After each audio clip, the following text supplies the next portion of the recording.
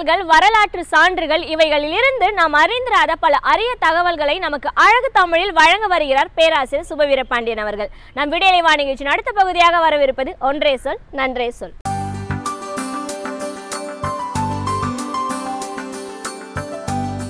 அனைவருக்கும் வணக்கம். இப்போதெல்லாம் நம்முடைய சமூக வலைத்தளங்களில் ஒரு குறிப்பிட்ட ஏக்கம் சூழ்ந்த சில செய்திகள் பயணப்பட்டு கொண்டே இருக்கின்றன.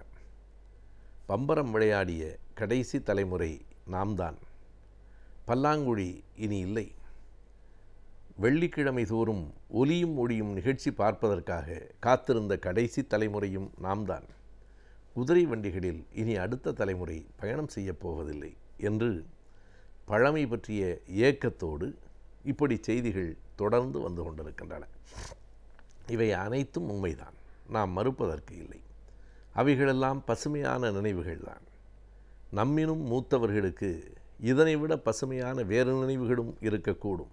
அவற்றை நாம் அறிந்திருக்கவில்லை. இன்றைய தலைமுறை இவற்றை அறிந்தும் அறியாமலும் இருக்கிறது. நாளைய தலைமுறை கண்டிப்பாக அறிந்திருக்க வாய்ப்பு இல்லை. இன்னும் ஒரு 50 ஆண்டுகளுக்கு பிறகு இந்த பழைய விளையாட்டுகள், பழைய முறைகள், பழைய பழக்க வழக்கங்கள், பழைய வாகனங்கள் இவை அனைத்தையும் கண்காட்சி அகத்திலே தான் நாம் பார்க்க வேண்டியிருக்கும். எனவே இவற்றையெல்லாம் இழந்து விட்டோமே என்கிற இந்த கவலை நியாயம்தானா என்றால் ஓர் அளவு வரையில், ஓர் எல்லை வரையில் நியாயம்தான். ஆனால் தொடர்ந்து இதற்காகவே நாம் கவலைப்பட்டு கொண்டிருக்கிறோம் என்றால் உலகத்தினுடைய இயங்கியல் போக்கை நாம் மறுக்கிறோம் என்று பொருள். பழமைகளை கடந்துதான் வந்தாக வேண்டும். பழமைகள் எவ்வளவு இனிமையானவைகளாக இருந்தாலும் அவை அந்த காலத்திற்கு உரியவைகளே தவிர என்றென்றைக்கும் உரியவைகளாக எவையும் இருக்க முடியாது. வாழ்க்கை என்பது வட்டம்தானே என்று பலர் கூறுகிறார்கள். அது வட்டம் மாதிரியே தவிர வட்டம் இல்லை. வட்டத்திற்கும் வட்டம் மாதிரி என்று சொல்வதற்கும் என்ன வேறுபாடு என்றால், வாழ்க்கை சுழல்கிறது. ஆனால் ஒவ்வொரு முறை சுழல்கிற போதும் கொஞ்சம் கொஞ்சம் அது மேலே இருக்கிறது. எனவே அதற்கு சரியான எடுத்துக்காட்டை சொல்ல வேண்டுமென்றால் அதனை ஒரு சுழல் ஏணி என்று சொல்லலாம். சுழல் ஏணியும் வட்ட வடிவமாகத்தான் சுழல்கிறது. ஆனால் முதல் வட்டத்தை விட இரண்டாவது வட்டம், இரண்டாவது வட்டத்தை விட மூன்றாவது வட்டம் மேலே இருக்கிறது என்பதை நாம் மறந்துவிடக்கூடாது. இன்றைக்கு இந்த பழமைகளை நினைத்து இயங்குகிறவர்கள் கூட வாட்ஸ்அப் என்கிற நவீன வலைத்தளத்திலே தான் இயங்குகிறார்கள் என்பதையும் நாம் மறந்துவிடக்கூடாது. இன்றைய நவீன தடங்களை கையாண்டு தான் ஆக வேண்டும். கையாளுகிறவர்கள் அதன் மூலமாகவும் பழமையை நினைக்கிறார்கள். பழமையை நினைப்பது, பழமையை அசை போடுவது, பழமைக்காக சில நேரங்களிலே இயங்குவது எதுவும் பிழையானதில்லை.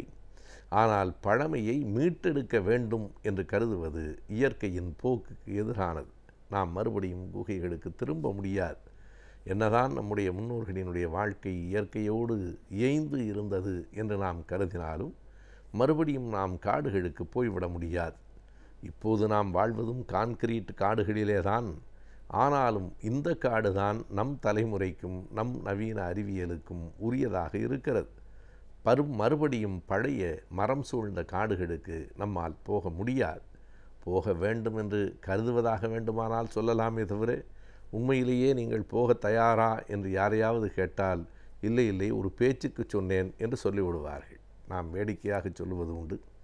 வீடுகளிலே இருக்கிற பெரியவர்கள் 80 வயது 85 வயதை கடந்தவர்கள் எங்கே யமன் என்னோட சீட்டெல்லாம் தொலைச்சிட்டான் போல இருக்கே என்று கவலைப்படுகிற நேரத்தில் உண்மையாகவே கற்பனையில் நான் சொல்கிறேன், ஒரு நாள் யமன் வந்து இல்லை பாட்டி நான் அதையெல்லாம் தொலைக்கலை, பத்திரமா தான் வைத்திருக்கிறேன், புறப்படலாமா என்று கேட்டால் புறப்படுவதற்கு யாரும் தயாராக இல்லை. அப்படித்தான் நாம் பார்க்கிறோம். மாநகரங்களிலே கூட பலர் எங்களுக்கு சென்னை பிடிக்கவே இல்லை, எங்கள் ஊர் மாதிரி கிராமம் மாதிரி வராது என்று சொல்லுகிறவர்கள் இருக்கவே செய்கிறார்கள். ஆனால் அவர்கள் சொல்லிக்கொண்டு சென்னையிலேயே தான் இருக்கிறார்கள் என்பதை நாம் நினைவில் வைத்து கொள்ள வேண்டும். சென்னையை விட்டு புறப்படுவதற்கு யாரும் தயாராக இல்லை. அதுபோலத்தான் இன்றைய நவீன வாழ்வை விட்டு மீண்டும் பழமைக்கு திரும்புவது நம்முடைய நோக்கமில்லை. ஆனால் பழமையின் மீதான ஏக்கங்கள் இப்படி வெளிப்படுகின்றன. அப்படி வெளிப்படுகிற நேரத்தில் அதுவே மிகுதியாக ஆகி கொண்டிருக்குமானால் அது மீண்டும் மீண்டும் இன்றைய வாழ்வின் யதார்த்தத்துக்கு மாறானதாக மாறிவிடும். நாம் பழமை என்பது வேர், புதுமை என்பது கிளை. அந்த வேர்களிலே இருந்து கிளை வந்திருக்கலாம், ஆனாலும் கிளைகள் வர வேண்டும் என்பதுதான் வேர்களின் அடிப்படை. அந்த இடத்திலே இருந்துதான் இங்கே வந்திருக்கிறோம், அங்கே இருந்துதான் இங்கே வர முடியும். இந்த இடமும் நிலையானதில்லை. இங்கே இருந்து போக வேண்டிய தொலைவுகள் எவ்வளவோ இருக்கின்றன. அடுத்தடுத்த தலைமுறைகள் நம்மை பார்த்து மிக பழமைவாதிகள் என்று தான் சொல்லுவார்கள். அப்படி சொல்லுவதுதான் இயற்கையின் இயல்பும் கூட. இந்த உலகமும் இந்த வாழ்க்கையும் இயல்பில் வளர்ந்து கொண்டேதான் இருக்கின்றன. அந்த வளர்ச்சிக்கு அறிவியலும் தொழில்நுட்பமும் பேருதவியாக இருக்கின்றன என்பது உண்மை. ஆனால் இந்த அறிவியல் தொழில்நுட்ப வளர்ச்சியில் எத்தனையோ பக்க விளைவுகள் இருக்கின்றனவே, எவ்வளவோ தீங்குகளும் சேர்ந்து வருகின்றனவே என்று கேட்டால் அதுவும் இயற்கைதான். அப்படி பக்க விளைவுகளோடு தான் எந்த ஒன்றும் வரும். எதையும் இழக்காமல் எல்லாவற்றையும் பெற முடியாது. நாம் சிலவற்றை இழந்துதான் பலவற்றை பெற முடியும். அறிவியலில் எவ்வளவோ நன்மைகளை நாம் பெற்றிருக்கிறோம். தொழில்நுட்பத்தால் எவ்வளவோ நாம் வாழ்வில் உயர்ந்திருக்கிறோம்.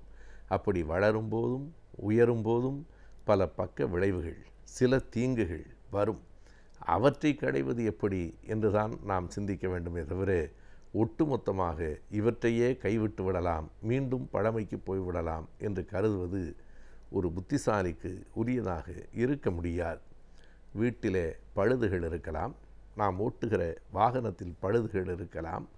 பழுதுகளை நீக்குவது எப்படி என்று எண்ணி பார்க்க வேண்டுமே தவிர பழுதிருக்கிற காரணத்தினால் வீட்டையே அடித்து விடலாம் என்று நினைக்கிறவன் மிகச் சரியான சிந்தனை உடையவன் என்று சொல்ல முடியாது. அப்படித்தான் நீங்கள் பழைய விளையாட்டுகளை எண்ணி கவலைப்பட்டு கொண்டிருப்பதை விட புதிய விளையாட்டுகளை கற்றுக்கொள்ளுங்கள். பழைய வீடுகளை நினைத்து நினைத்து இயங்குவதை விட புதிய வீடுகளை நவீனமாக உருவாக்கி கொள்ளுங்கள். நவீனமான உலகத்தை விட்டுவிட்டு நம்மால் பின்னால் போக முடியாது. இந்த நவீனத்துக்குள் கூட சில நேரங்களில் பழமைகளை கொண்டு வர முடியும். இன்றைக்கு நாம் பார்க்கலாம், பெரிய பெரிய உணவு விடுதிகள் பழைய பழைய வீடுகளும் கூரைகளும் போல தோற்றமளிக்கின்றன. இப்போதெல்லாம் அப்படி கூரைகளைப் போல இருக்கிற அந்த இடங்கள்தான் பெரிய உணவு விடுதிகளினுடைய சிறந்த இடங்களாக கருதப்படுகின்றன. எனவே பழமையும் புதுமையும் பின்னி பிணைந்து கிடப்பதும் இயற்கைதான். ஆனால் முற்றுமாக நவீனத்தை தொலைத்துவிட்டு மறுபடியும் பழமையை நோக்கி ஓடிவிடலாம் என்று கருதுவது இயல்பும் இல்லை, இயற்கையும் இல்லை, இயங்கியல் போக்குக்கு ஏற்றதும் இல்லை.